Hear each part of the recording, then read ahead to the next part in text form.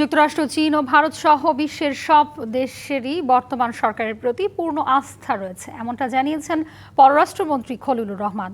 দুপুরে বিভিন্ন দেশের রাষ্ট্রদূতের সৌজন্য সাক্ষাতের পর এ কথা বলেন তিনি। এছাড়া শক্তিশালী ও সমৃদ্ধ বাংলাদেশ গড়তে আমেরিকা কাজ করবে বলেও জানান দেশটির রাষ্ট্রদূত ব্রেন্ট ক্রিস্টেনসেন। আর ইউরোপিয়ান ইউনিয়নের আশা, বিগত সরকারের সংস্কার কাজ এগিয়ে নেবে বর্তমান সরকার।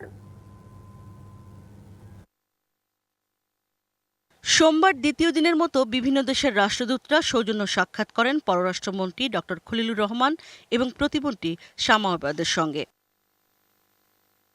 সকালে পররাষ্ট্র মন্ত্রণালয়ে আসেন মার্কিন রাষ্ট্রদূত ব্রেন্ট ক্রিস্টেনসেন। বেলা 11:30টার পর প্রথমে পররাষ্ট্র প্রতিমন্ত্রী শামা ওবায়েদ এবং এরপর দেখা করেন মন্ত্রী ডক্টর খলিলুর রহমানের সাথে।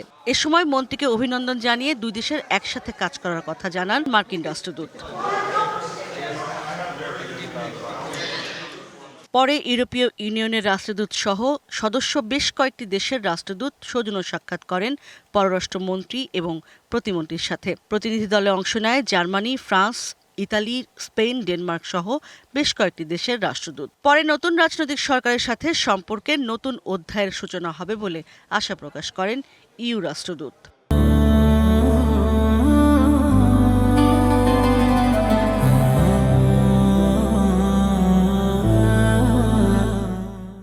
So we are looking at this new government to continue with a series of reforms that were launched under the previous administration.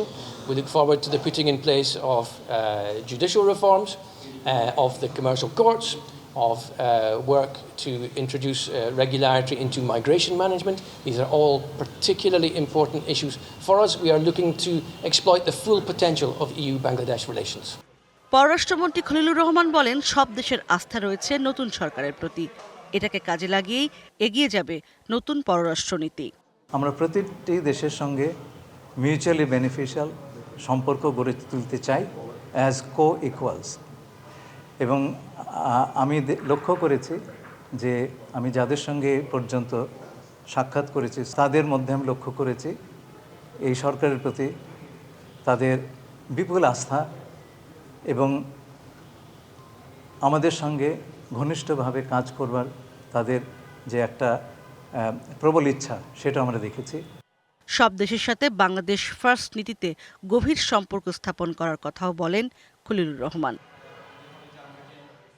Ishrat Jahan Urmi, DBC news, Dhaka.